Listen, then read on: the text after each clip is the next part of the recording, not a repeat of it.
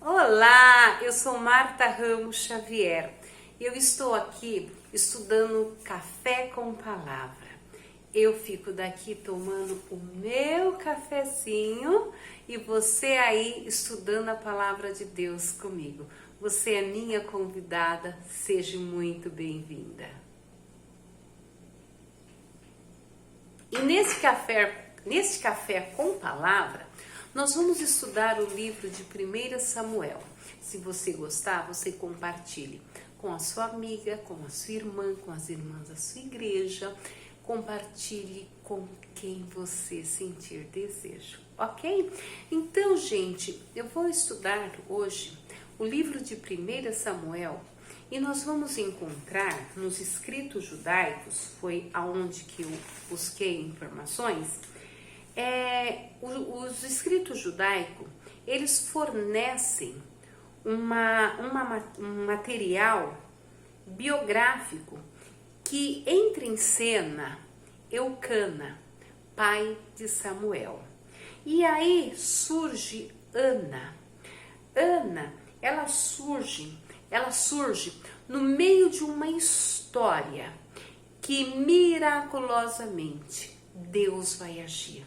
Em uma história em que Deus, ele se importa com a sua história. Deus se importa com você.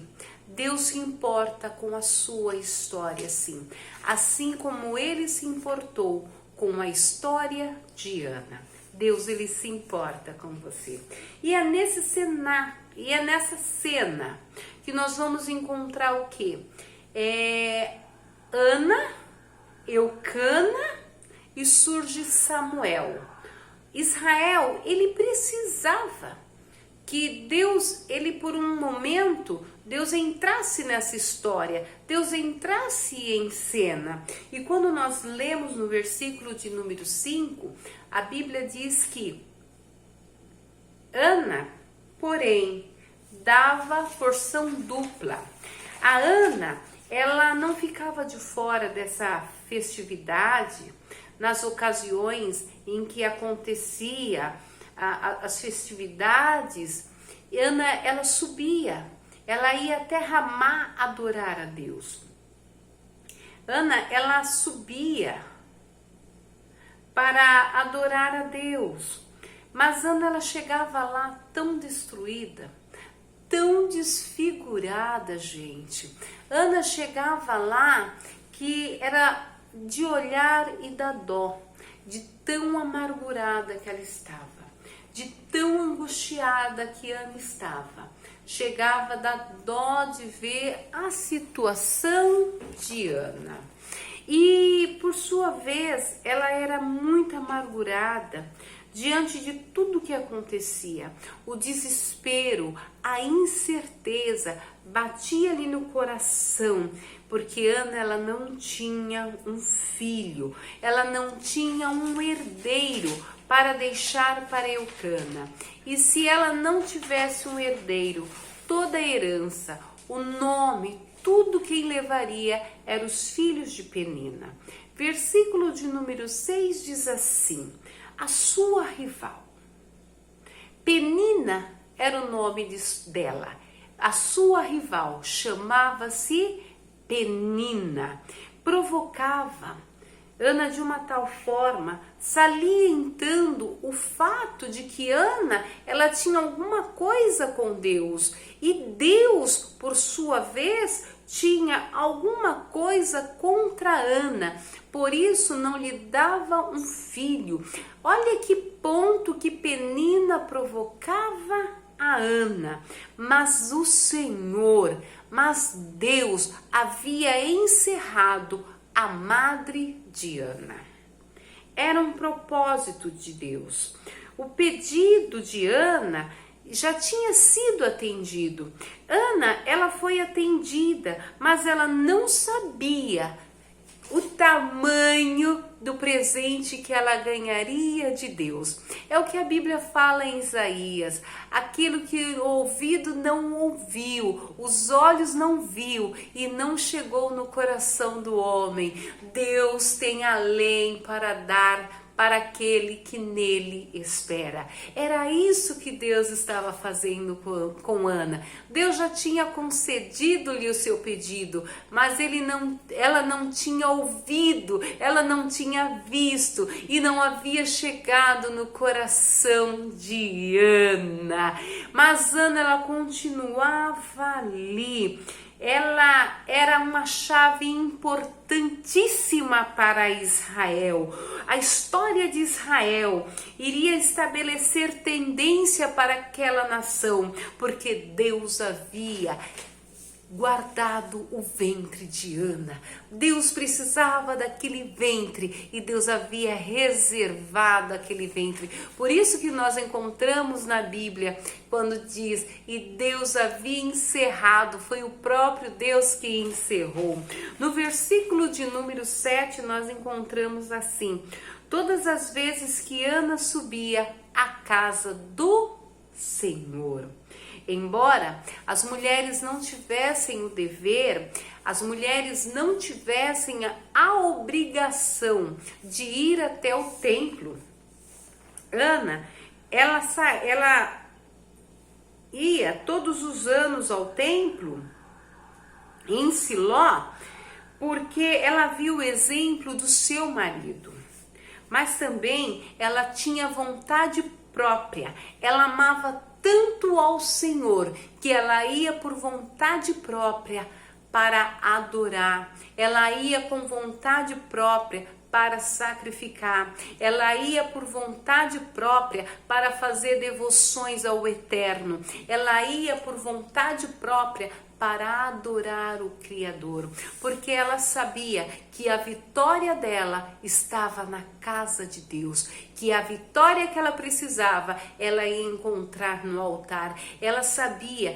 que a vitória que ela necessitava estava na casa de Deus. Se você quer uma vitória, a tua vitória tem um local, a sua vitória está no altar do Senhor, a sua vitória está na casa de Deus. E era por isso que Ana, todos os anos, ela ia buscar ao Senhor. Ana, ela ia por prazer, ela ia por gratidão a Deus, ela ia porque ela sabia, é no altar que está o meu milagre. Ela ia anualmente buscar a Deus, porque ela sabia que lá no altar era o lugar, no tabernáculo, era o lugar de colocar os seus votos, de colocar as suas petições, falar das suas amarguras para Deus.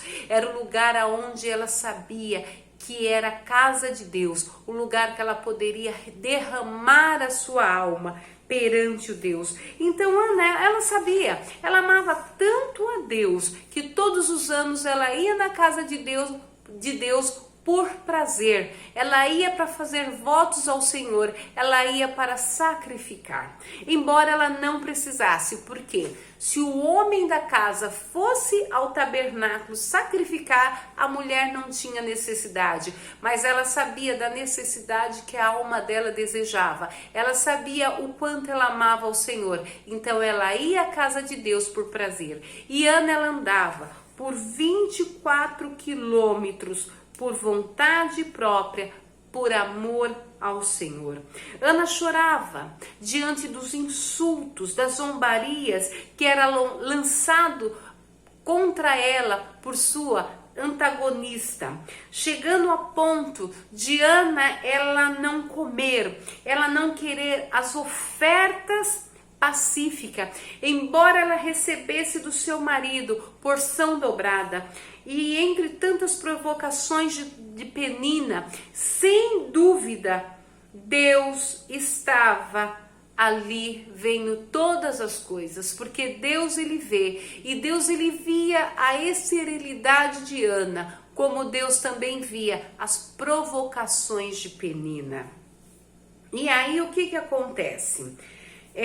Um dia o marido dela chega para ela, Eucana, no versículo de número 8 ele diz assim: por que choras, Ana? Ele sabia por que Ana chorava. Ele sabia que Ana chorava, era uma mulher amargurada de espírito, porque ela não tinha um filho. Ele sabia que ela chorava porque ela sacrificava, mas dentro da sua alma havia uma grande tristeza. Ele sabia porque ela chorava, ele sabia porque ela já havia dito: Eucana, a sua mulher, a Penina, ela me provoca, ela me perturba, ela me desestabiliza, ela tira a minha alegria, ela tira o meu prazer de viver. Porém, Eucana, ele era omisso, ele não tomava uma atitude, ele nunca chegou e colocou Penina no seu devido lugar. Se ele tivesse chegado e colocado Penina no seu devido lugar, se ele tivesse chegado e colocado um basta nessa situação, ele teria evitado a desestabilização emocional de Ana. Ana, ela estava emocionalmente desestabilizada, a ponto de não querer comer. Ele dava a melhor porção, mas ele não tomava uma atitude. Ele pegava o melhor da oferta e dava para Ana, mas ele não tomava uma responsabilidade, uma atitude mais séria. Sabe por quê? Porque ele era omisso. É igual muitos maridos que não saem em defesa da esposa. Ele é omisso. E o que ele faz? Ele dá presentes para a mulher, ele compra joias caras, ele é capaz de comprar coisas caras para dar para a mulher, levar a mulher para viajar, mas ele não é capaz de tomar uma atitude, porque ele prefere ser omisso do que tomar uma atitude. Sabe, minha gente, a omissão, ela leva à amargura. A omissão, ela leva ao sofrimento. A omissão, ela leva à dor. A omissão leva à amargura de alma. A omissão, ela desestabiliza a razão. A omissão, ela desestabiliza suas emoções. A omissão, ela traz dor, angústia e depressão. Então, minha gente, vamos tomar uma atitude. Ao invés de você dar presentinho para o seu marido, é melhor você tomar uma atitude. Ao invés de você dar presentinho para sua esposa, é melhor você tomar atitude. O teu filho, muitas vezes, ele não precisa de presente e nem de dinheiro. Ele precisa de uma atitude. Então, nós vamos ficar por aqui hoje e na próxima semana estaremos estudando o versículo 9, 10, 11, 12, 13, até onde der. Fiquem com Deus e até breve.